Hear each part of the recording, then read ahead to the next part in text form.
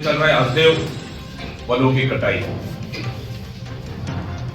सबसे पहले मैं आदिवासी मुख्यमंत्री बनने के लिए मैं ही बधाई दिया था। आपके मीडिया के माध्यम से आपके मीडिया के साथियों ने पूछा शायद भारतीय जनता पार्टी आदिवासी मुख्यमंत्री बना सकती है, इसमें आपका क्या कहना है।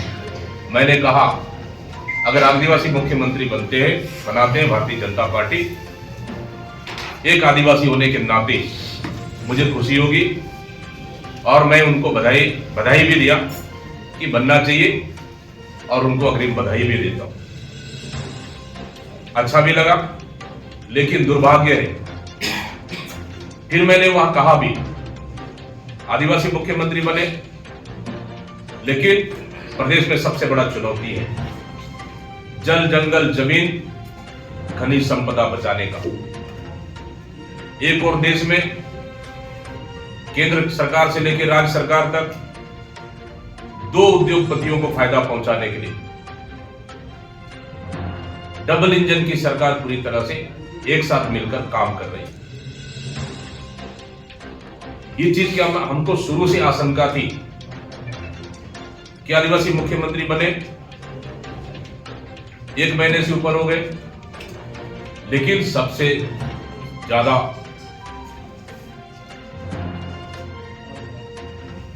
इस 1 महीने के अंदर सबसे पहले हमला आदिवासियों के ऊपर हुआ है। हसदेव वनों की कटाई जनवरी 2018 में भारतीय जनता पार्टी की सरकार में ग्राम सभा आयोजित की गई थी। मैं स्वयं गया था हसदेव में, वहां के आदिवासी पीड़ित हैं, वहां दहशत भय डर का माहौल बनाया गया है। कोई आवाज उठाकर सीधा उनको जेल भेज दो, अंदर कर दो, रातों रात उठा के ले जाओ। वहां के आदिवासियों का कहना है कि यहाँ पे जो ग्राम सभा हुई है वो ग्राम सभा फर्जी ग्राम सभा हुई है, और जो ये ग्राम सभा भारतीय जनता पार्टी की सरकार में जनवरी 2028 में ग्राम सभा हुई। उनका सिर्फ एक ही मांग है कि इन फर्जी ग्राम सभा को जांच कराया जाए। एक ही मांग है उनका। हम लोगों ने भी कहा स्पष्ट रूप से, जब नंदराज पहाड़ में यहाँ पे हजारों आदिवासी हड़ताल कर फर्जी ग्राम सभा का मांग कर उनको जांच कराकर उस ग्राम सभा अगर सही पाया जाता है फर्जी सुनने की कोशिश कर सकती है सरकार, तो हसदेव पे क्यों नहीं? हसदेव पे क्यों नहीं? प्रदेश के मुख्यमंत्री आदिवासी, वन मंत्री आदिवासी, और उसके बाद आदिवासियों को न्याय नहीं मिलेगा भारतीय जनता पार्टी की सरकार में। इससे बड़ा दुर्भाग्य क्या हो सकता है? वाले मामले पे सरकार को ग्रामीणों की मांग, वहां के आदिवासियों की मांग, वहां की जनता की मांग कि फर्जी ग्राम सभा का जांच होना चाहिए, सरकार को तत्काल संज्ञान में लेकर जांच करने की घोषणा कर देना चाहिए, नंबर 1।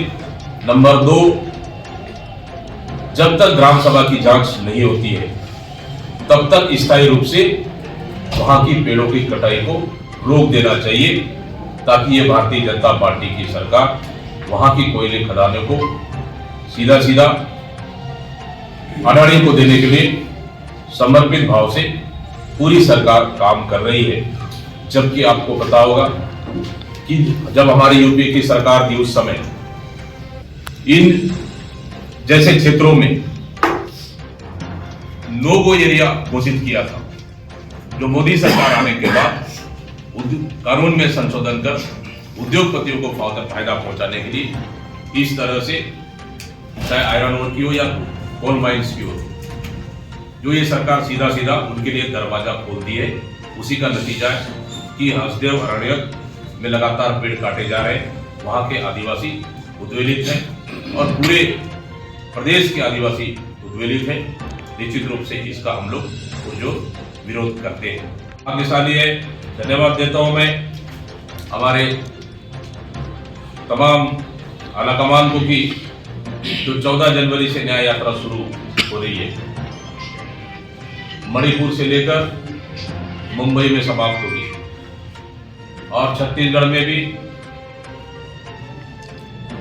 लगभग 500 से अधिक किलोमीटर होकर गुजरेगी। रायगढ़ से होती हुई 7 जिलों को टच करते हुए सरगुजा तक हमारी पैदल यात्रा, हमारी न्याय यात्रा जाएगी। इसके लिए भी कांग्रेस पार्टी ने जोर शोर से तैयारी शुरू कर दी है और आने वाला समय में 11 तारीख को हमारे नए प्रभारी माननीय सचिन पायलट जी आ रहे हैं। वहाँ पे इन मसलों को भी हम लोग चर्चा करेंगे और उसको जितना जल्द हो सके हम ये न्याय यात्रा का भी स्वागत करते हुए हम उनको अंतिम रूप देंगे। और जब से भारतीय जनता पार्टी की सरकार बनी तब से छत्तीसगढ़ अपराध का गढ़ बनते जा रहा है। लगातार नक्सली गतिविधियों में बढ़ोतरी हुई है, लगातार आत्महत्या और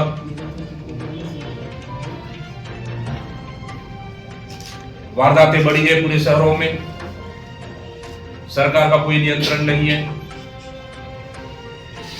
कानून व्यवस्था में कोई नियंत्रण नहीं है, कानून व्यवस्था चरमरा चुकी है। इसलिए ये सरकार पूरी तरह से अपराध रोकने में विफल हुई है। पहला कैबिनेट हुआ, पहला कैबिनेट में हमारी जब पिछले समय सरकार बनी,